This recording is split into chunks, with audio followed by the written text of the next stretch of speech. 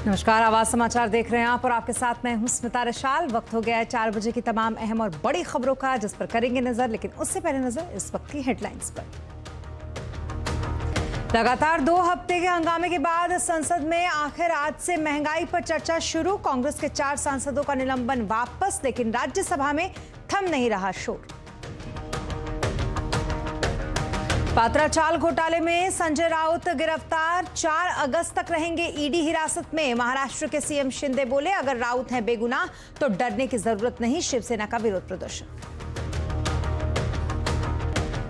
बाजार में बुल का जोश बरकरार, निफ्टी 15 हफ्ते के ऊपरी स्तर पर बंद। ऑटो, एनर्जी, बैंकिंग शेयरों में खरीदारी। सेंसेक्स 545 तो निफ्टी 17,340 पर बंद। जुलाई में जीएसटी कलेक्शन 28% बढ़ा, सरकार को मिले करीब 1.5 लाख करोड़ रुपए, अब तक का दूसरा सबसे बड़ा कलेक्शन। 5G स्पेक्ट्रम में अनुमान से करीब दोगुना लगी बोली, 40 राउंड चलने के बाद नीलामी खत्म, सरकार को मिले 1.5 लाख करोड़ रुपए से ज्यादा की रकम।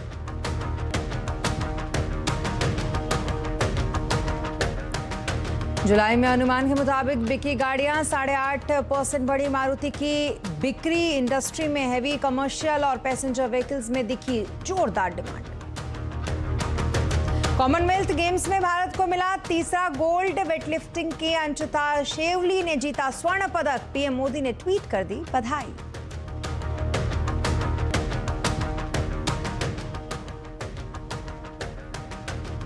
अब बुलेटिन की शुरुआत करेंगे संसद की खबरों से। वो इसलिए क्योंकि लगातार 2 हफ्ते के हंगामे के बाद आज आखिरकार महंगाई के मुद्दे पर लोकसभा में चर्चा हो गई है। विपक्ष के हंगामे की वजह से संसद में महंगाई पर चर्चा नहीं हो पा रही थी। आज कांग्रेस के सांसद मनीष तिवारी ने महंगाई पर चर्चा की शुरुआत की, और साथ ही और क्या कुछ हुआ ये जानने के लिए चलते हैं लक्ष्मण रॉय जी के पास। लक्ष्मण जी, सदन किस तरीके से चला और क्या कुछ चर्चा हुई आज सदन में? बिल्कुल, आज सदन में कामकाज शुरू हुआ आखिरकार 2 हफ्ते बाद। हालांकि शुरुआत में पहले हाफ में कह सकते हैं दोपहर से पहले हंगामा चल रहा था यहाँ पे, लेकिन बार बार कांग्रेस के सांसद यही मांग कर रहे थे कि जिन सांसदों को निलंबित किया गया है लोकसभा से, उन सांसदों को निलंबन वापस किया जाए। उसके बाद लोकसभा की कार्रवाई स्थगित हुई, फिर लोकसभा स्पीकर के साथ बैठक हुई, और फिर तय ये किया गया कि अब निलंबन को वापस किया जाएगा। और 2 बजे जैसे ही कार्रवाई शुरू हुई, निलंबन वापस लिया गया। उसके बाद महंगाई पर चर्चा शुरू हुई, और महंगाई पर चर्चा शुरू होते ही कांग्रेस के नेता मनीष तिवारी ने महंगाई पर चर्चा की शुरुआत की। वित्त मंत्री भी यहां बैठी हुई हैं, और मोटे तौर पर जो अब तक जो चर्चा हुई है उससे ऐसा लग रहा है कि सरकार को 2-3 मोर्चे पर घेरने की कोशिश की जा रही है महंगाई को लेकर के। पहला तो ये कई सारे आइटम पे जो जीएसटी यानी गुड्स एंड सर्विस टैक्स लगा दिया गया है, उससे वो चीज़ें महंगी हो जा रही हैं। इसको लेकर सरकार की आलोचना की गई और सरकार को घेरने की कोशिश की, अब तक जो विपक्षी पार्टी के नेताओं ने बोला। दूसरा कि क्रूड ऑयल में कीमतों में बढ़ोतरी की वजह से पेट्रोल, डीजल, रसोई गैस की कीमतों में जो बढ़ोतरी हुई है, सरकार ने जो टैक्स लगाया था उस टैक्स की वजह से कीमतों में बढ़ोतरी है, वो एक मुद्दा है जिसको घेरने की कोशिश यहाँ पे सरकार को करने की कोशिश कर रहे थे विपक्षी दल। हालांकि अब 4 घंटे के आसपास करीब बहस होनी है। बहुत हद तक संभावना है कि आज बहस पे का जवाब जो है, चर्चा का जवाब वित्त मंत्री निर्मला सीतारमण देंगी, और वहाँ पे सरकार की रणनीति और सरकार का पक्ष निकलकर सामने आएगा। चलिए, यानी कि आज कुछ तो अलग रहा संसद में, और यही होना भी चाहिए जो कि आज वहां पर शुरुआत हुई। कल देखते हैं क्या कुछ होता है। बहुत शुक्रिया तमाम डिटेल्स के लिए लक्ष्मण जी आपका। तो कुल मिलाकर संसद का आज हाल थोड़ा बेहतर पहले से। और अब बात कांग्रेस सांसद मनीष तिवारी की, जिन्होंने कहा कि सरकार की नीतियों ने अपना बजट तो ठीक कर लिया, लेकिन आम आदमी के घर का बजट बिगाड़ दिया है। पिछले 14 महीने से डबल डिजिट महंगाई दर है इस देश में, पिछले 30 साल में सबसे ज्यादा। अप्रैल 2022 में ये 15.8% था, जुलाई में थोड़ा कम हुआ है, और कंज्यूमर फूड प्राइस इंडेक्स जो है वो बिल्कुल आसमान छू रहा है। और इसके ऊपर आपने जो रोजमर्रा की चीजें हैं उसके ऊपर जीएसटी बढ़ा दिया। आटे के ऊपर, पनीर के ऊपर, दही के ऊपर, शाही के ऊपर, पेंसिल के ऊपर, शार्पनर के ऊपर, आपने तो बच्चों को भी नहीं छोड़ा। सरकार ने अपना बजट तो ठीक कर लिया होगा, पर 25 करोड़ जो इस देश में गृहस्थियां हैं, उनका बजट पूरी तरह से बिगाड़ दिया। तो वहीं दूसरी तरफ बीजेपी सांसद निशिकांत दुबे ने विपक्ष पर जमकर हमला बोला। उन्होंने कहा कि विपक्ष शासित कई प्रदेशों की वित्तीय हालत खराब है, आरबीआई उन्हें पैसा देने को भी तैयार नहीं है। मनीष तिवारी जी जिन्होंने अपना भाषण शुरू किया, सर आज पंजाब के क्या हालात है? बैंक जो है उसको पैसा देने को तैयार नहीं है। कहां से पैसा आएगा? एफआरबीएम एक्ट का जो है इन लोगों ने बाजा बजा दिया है, चाहे वो पंजाब हो, चाहे वो राजस्थान हो, चाहे वो बंगाल हो।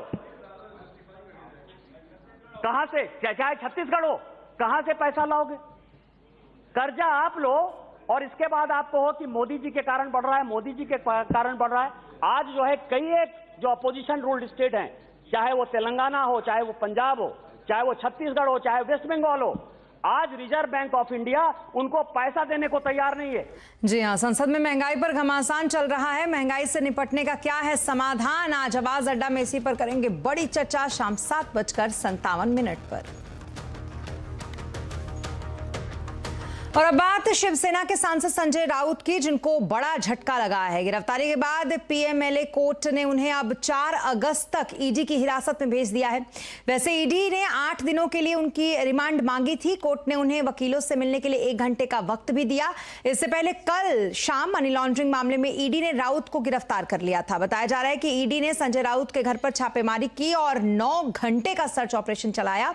इस दौरान राउत के घर से करीब 11 लाख रुपए, 11.5 लाख रुपए के आसपास कैश बरामद हुए हैं। और इसके बाद ईडी ने संजय राउत से 7.5 घंटे की पूछताछ की है। इस लंबी पूछताछ के बाद उन्हें ईडी ने जांच में सहयोग नहीं करने के आरोप में गिरफ्तार कर लिया।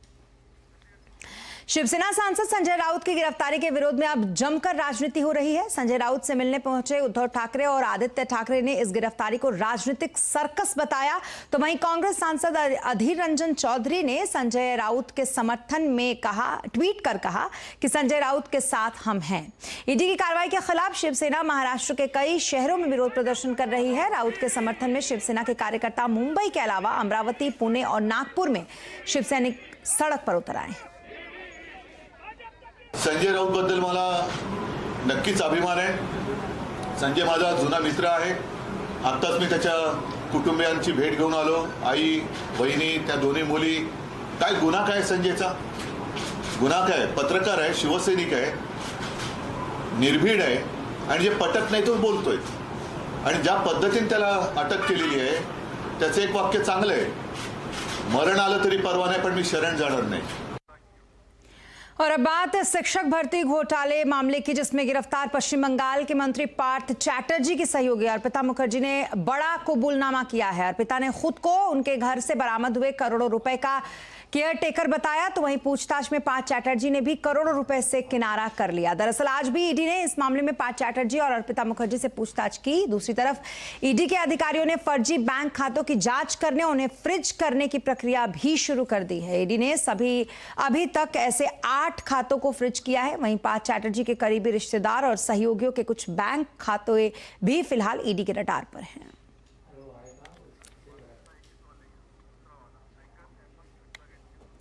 और अब बात करेंगे मार्केट की। बाजार में बुल का जोश बहुत हाई है। आज बाजार ने तेजी का चौका लगाया। निफ्टी करीब 200 अंक चढ़कर 15 हफ्ते के ऊपरी स्तर पर बंद हुआ। तो सेंसेक्स 545 अंक चढ़ा। ऑटो, एनर्जी, बैंकिंग शेयरों में खरीदारी रही। मेटल, कंज्यूमर गुड्स शेयरों में भी तेजी रही। मार्केट का पूरा हाल समझते हैं सुमित मेहरोत्रा से। सुमित, बताइए आज कौन कौन से सेक्टर में तेजी रही और कहां मंदी देखने को मिली? देखिए, बढ़िया रफ्तार हफ्ते के पहले कारोबारी सत्र में भी आज मार्केट से बनते हुए दिखाई पड़ी। और जो तेजी थी वो थी आज ऑटो स्पेस के नाम पे। शानदार तेजी आज ऑटो सेक्टर के अंदर बनते हुए दिखाई पड़ी। इनफैक्ट इंडेक्स के जो टॉप 2 गेनर्स भी आपको ऑटो से ही दिखाई पड़ेंगे। एमएनएम तो इनफैक्ट ऑल टाइम हाइस पर पहुंच गया। अदानी पोर्ट, ओएनजीसी, कुछ और ऐसे नाम जहां पे 3 से लेकर 5% तक का मूव बनता हुआ दिखाई पड़ा। निफ्टी के टॉप लूजर्स पे सन फार्मा नंबर से बाद करीब 2.5% नीचे, एचडीएफसी लाइफ 2% नीचे, एचयूएल 1.5% नीचे और ब्रिटानिया 1.25% के आसपास की बिकवाली यहां बनते हुए दिखाई पड़ी।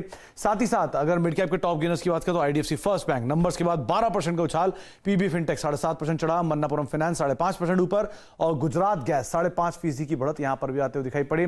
मिड कैप के लूजर्स में फोर्टिस हेल्थकेयर 0.2% नीचे, इमामी 1.5% नीचे, डालमिया भारत 1% नीचे और स्कॉट्स करीब 0.5% की बिकवाली यहां आते हुए दिखाई पड़ी। एफ&ओ के टॉप गेनर्स में IDFC first, rain industries numbers के बाद चला, टाटा मोटर्स और पीएनबी करीब 6.5% तक का मूव यहां भी रहा। एफ&ओ के टॉप लूजर्स की बात की जाए तो उसमें एमसीएक्स नंबर्स के बाद टूटा, जीएमआर नंबर्स के बाद टूटा, सन फार्मा में प्रेशर रहा और आईओसी करीब 2.5% की बिकवाली नंबर्स के बाद यहां पर भी आते हुए दिखाई पड़ी। आज ऑटो का दिन था तो टाटा मोटर्स, एम&एम, सोना बीएलडब्ल्यू और अशोक लेलैंड करीब 3.5 से लेकर 6.5% तक चले और साथ साथ banks IDFC first, PNB, Kotak Mahindra bank, बंधन बैंक, ये सभी वो नाम थे जो कि 2.5 से लेकर 12% तक आज चलते हुए दिखाई पड़े। जी हाँ, तो काफ़ी अच्छे मूड में आज मार्केट रहा पूरा दिन और बहुत शुक्रिया तमाम डिटेल्स के लिए आपका सुमित। और एक जगह और काफ़ी अच्छी हमें तेजी देखने को मिली, वो है जुलाई ऑटो बिक्री की रफ्तार काफ़ी अच्छी रही। मारुति की बिक्री 8.5% बढ़ी, तो इंडस्ट्री में हैवी कमर्शियल हो और पैसेंजर व्हीकल्स, इनमें भी जोरदार डिमांड दिखी। डिटेल लेते हैं यतिन मोहता से। यतिन, क्या कुछ डिटेल है? 4 व्हीलर्स और पैसेंजर व्हीकल्स और अगर हम बात करें ट्रक्स की तो बहुत ही अच्छी बिक्री होने वाली है। इनफैक्ट अगर हम पीवीज की बात करें यानी कार्स की बात करें तो यहाँ सेमीकंडक्टर की शॉर्टेज का इशू भी रिजॉल्व हो गया है, जिसके कारण प्रोडक्शन अच्छा है, ऑर्डर बुक अच्छी है, नए लॉन्चेस के कारण एक्साइटमेंट भी है। तो कहीं ना कहीं नंबर्स वहां अच्छे आने की उम्मीद है। 2 सेगमेंट जहां थोड़ा डिसअपॉइंटमेंट या स्लो डाउन आपको देखने को मिल सकता है वो है 2 व्हीलर सेगमेंट और वो है ट्रैक्टर सेगमेंट, क्योंकि दोनों ही जगह पे आपको थोड़ी बहुत स्लगिशनेस डिमांड में आती हुई दिखाई देगी। हालांकि एक्सपोर्ट्स अच्छे कर रहे हैं तो कहीं ना कहीं वो एक सेवियर रहेगा 2 व्हीलर्स के लिए। चलिए शुरुआत करते हैं टाटा मोटर्स के साथ, जहां लगभग 83,000 यूनिट्स बिकने का अनुमान है, लगभग 55% की ग्रोथ का अनुमान है। अशोक लेलैंड भी आपको 67% ग्रोथ करता हुआ दिखाई देगा। ओवरऑल बेसिस पे अगर हम देखें तो दोनों ही अशोक लेलैंड और टाटा मोटर्स में आपको अच्छी ग्रोथ कमर्शियल व्हीकल सेगमेंट में दिखेगी, चाहे वो बड़ी कमर्शियल व्हीकल हो, छोटी कमर्शियल व्हीकल हो। मारुति की बात करें तो यहाँ लगभग 8% की बिक्री का ग्रोथ का अनुमान है। एम&एम ऑटोमोटिव, क्योंकि एक्सयूवी 700 बहुत ही अच्छा कर रही है मार्केट में, ऑर्डर बुक अच्छी है, स्कॉर्पियो की भी ऑर्डर बुक अच्छी है, तो यहाँ भी आप 26-27% की ग्रोथ का एक्सपेक्टेशन रख सकते हैं, यानी लगभग 54,000 यूनिट्स के ऊपर की बिक्री का अनुमान है। ट्रैक्टर दोनों ही एस्कॉर्ट्स और एम&एम के आपको 10 से 15% डिक्लाइन होते हुए दिखाई देंगे वॉल्यूम साल दर साल बेसिस पे। चलिए 2 व्हीलर्स पे आते हैं। बजाज ऑटो लगभग 4 लाख यूनिट्स की बिक्री का अनुमान है, 8% ऊपर ये दिखेगा, क्योंकि इनकी जो 3 व्हीलर सेल्स है और इनकी जो एक्सपोर्ट मार्केट से यहाँ बॉयंसी आपको आती हुई नजर आ रही है। आयशर मोटर पिछले साल का बेस छोटा है और यहाँ भी सेमीकंडक्टर्स ज्यादा लगते हैं और इसीलिए प्रोडक्शन इंप्रूव हुआ है, 36% बिक्री बढ़ने का अनुमान है। हीरो मोटोकॉर्प लगभग फ्लैट बिक्री रहेगी 4.5 लाख यूनिट्स के आसपास और टीवीएस मोटर्स एक्सपोर्ट्स मार्केट अच्छा कर रहे हैं, 3,14,000 यूनिट्स के आसपास की बिक्री यहां भी अनुमानित है। तो वहीं दूसरी तरफ एवेंडर्स कैपिटल के सीईओ वैभव सिंघवी का कहना है कि ऑटो सेक्टर में अच्छी डिमांड रहेगी। उन्होंने ये भी कहा है कि कमोडिटी के दाम गिरने से ऑटो सेक्टर में मार्जिन में सुधार आएगा। ऑटो एक सेक्टर है जो हमें बहुत बेहद पसंद है। उसके एक मुख्य 2-3 कारण है। 1 कि there is already a good pent up demand, जो पेंट अप डिमांड है वो स्टिल है और अभी हम दिवाली का पीरियड और फेस्टिवल का सीजन पीरियड चालू होंगे तो उस हिसाब से इन्वेंट्री और होलसेल नंबर्स काफी बेटर रहेंगे। So from a supply side, from a demand side कोई दिक्कत नहीं है। इनपुट कॉस्ट अगर देखें तो ओवरऑल जो कमोडिटी प्राइसेस थे वो नीचे आ रहे हैं और उसी के कारण जो मार्जिन काफी नीचे आए हुए थे लास्ट 2 क्वार्टर से, वो आई थिंक वो काफी अच्छी तरह से रिकवर भी हो सकते हैं। और अब खबर स्पेक्ट्रम नीलामी की। 7 दिन बोलियां लगने के बाद आज 5G स्पेक्ट्रम की नीलामी पूरी हुई। सरकार को 1.5 लाख करोड़ की आमदनी से होगी और हो सकता है कि अक्टूबर तक सर्विस की शुरुआत भी हो जाए। बाकी डिटेल्स लेते हैं असीम मनचंदा से। असीम, कैसी रही ये नीलामी सरकार के लिए भी और कंपनियों के लिए भी? देखिए पिछले मंगलवार ये नीलामी जो है शुरू हुई थी। 7 दिन पूरी ये नीलामी जो है वो चली। टेलीकॉम कंपनियों ने इसमें बढ़ चढ़ कर बोली जो है वो लगाई। करीबन 1.5 लाख करोड़ रुपए को सरकार को इससे रेवेन्यू जो है हुआ है। खासतौर पर कि टेलीकॉम कंपनियां यूपी ईस्ट सर्किल के लिए लगातार बोली जो है वो लगा रही थी। तो पहले 2 दिन तो सरकार को 1.5 लाख करोड़ रुपए के आसपास आय हुई, लेकिन ये 5 दिन नीलामी जो है यूपी ईस्ट सर्किल की वजह से चली। टेलीकॉम कंपनी यहाँ पर अपना स्पेक्ट्रम जो है वो नहीं छोड़ना चाहती थी और लगातार उसके लिए बिड जो है वो कर रही थी। यही वजह रही कि ये स्पेक्ट्रम की नीलामी इतना लंबा जो है वो चली। अब फिलहाल स्पेक्ट्रम की नीलामी जो है वो खत्म हो गई है। सरकार को 1,51,71 करोड़ रुपए की फाइनल आय जो है वो हुई है। अब टेलीकॉम कंपनियों को अगले 10 दिन के अंदर सरकार को 10% रकम जो है वो जमा करानी होगी, यानी कि टेलीकॉम कंपनियों को करीबन 7,500 करोड़ रुपए जो है सरकार को जमा कराने पड़ेंगे। सरकार जो है टेलीकॉम कंपनियों को 15 अगस्त से पहले स्पेक्ट्रम का आवंटन जो है वो कर देगी। एक बार कंपनियों को स्पेक्ट्रम का आवंटन हो जाता है तो उसके बाद कंपनियां जो है सितंबर से अक्टूबर में अपनी सर्विसेज 5G सर्विसेज की शुरुआत जो है वो कर सकती है। तो ये कह सकते हैं कि 5G सर्विसेज का सपना अब जल्दी साकार होने वाला है। टेलीकॉम कंपनियों को स्पेक्ट्रम मिलने वाला है 5G, और 5G सर्विसेज जल्दी ही शुरू होने वाली है। जी, बहुत शुक्रिया तमाम डिटेल्स के लिए असीम आपका। तो कुल मिला के बहुत अच्छी खबर, बहुत जल्दी शुरू हो सकती है सर्विसेज। और अब आपके लिए एक बहुत काम की बात, 12वीं के बाद साइंस के साथ कैसे चुने करियर, ट्रेडिशन के करियर से आगे की बात देखिए करियर काउंसलर्स के साथ आज कंज्यूमर अड्डा में शाम 5:57 पर। और एक खबर आपके बहुत ज्यादा काम की, आखिरी तारीख यानी कि 31 जुलाई तक 5.8 crore income tax return file किए गए। आखिरी घंटे में 4.5 लाख से ज्यादा रिटर्न फाइल हुए। लेकिन जिन लोगों ने रिटर्न नहीं भरा है वो अब क्या करें, और जिन्होंने भर दिया वो अब बेफिक्र होकर बैठ जाएं, ये जानने के लिए बात करते हैं जाने माने टैक्स एक्सपर्ट शरद कोहली जी से। शरद जी, सबसे पहले तो ये बताइए कि जिन लोगों ने रिटर्न फाइल नहीं किया है वो अब क्या करें। जी हाँ, बहुत अफसोस हो रहा होगा उन लोगों को जो इस उम्मीद में बैठे थे कि डेट पिछले 2 साल की तरह आगे बढ़ जाएगी, पर ऐसा हुआ नहीं। अब जब डेट निकल चुकी है अभी भी फाइल कर सकते हैं। एक विंडो खुली हुई है। एक सेक्शन होता है आयकर में, सेक्शन 234F, नोट कर लें सब, 234F। इस सेक्शन के अंतर्गत आप 31 दिसंबर तक अपनी रिटर्न फाइल कर सकते हैं 5,000 रुपये फी दे के। ध्यान दें, इसको पेनल्टी नाम नहीं दिया गया है, इसको फी नाम दिया गया है। 31 दिसंबर तक फाइल कर सकते हो। अगर आपकी इनकम 5 लाख तक है तो इस फी का दाम जो है वो 1,000 रुपये है। मतलब 1,000 रुपये 5 लाख तक, और 5 लाख से ऊपर आपकी इनकम है तो 5,000 रुपये देके 31 दिसंबर तक आप इस रिटर्न को फाइल कर सकते हैं। यही नहीं, आपको जो बकाया टैक्स अगर आपका आ रहा है तो उस पर आपको 1% पर मंथ ब्याज भी देना पड़ेगा। तो इसके लिए तैयार रहिए। एक और सरकार ने बदलाव किया है। वो बदलाव ये किया है कि आपको सब लोगों को जानकारी होगी कि इनकम टैक्स रिटर्न केवल ऑनलाइन फाइल करना काफ़ी नहीं होता है, उसको ई-वेरीफाई भी करना होता है। तो ई-वेरीफाई करने का प्रोसेस होता है, हम सबको पता होगा, OTP से होता है, नेट बैंकिंग से होता है, आधार से होता है और EVC से होता है। 4-5 तरीके होते हैं। आप पोस्ट भी कर सकते हैं अपनी कॉपी बेंगलोर में CPC में। ये 4-5 तरीके होते हैं।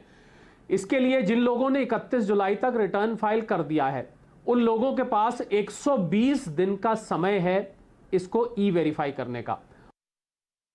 जी, ये तो रही उनके लिए जिन्होंने अभी तक नहीं किया है, लेकिन जिन लोगों ने रिटर्न फाइल कर दिया है वो अब क्या चैन की सांस ले सकते हैं?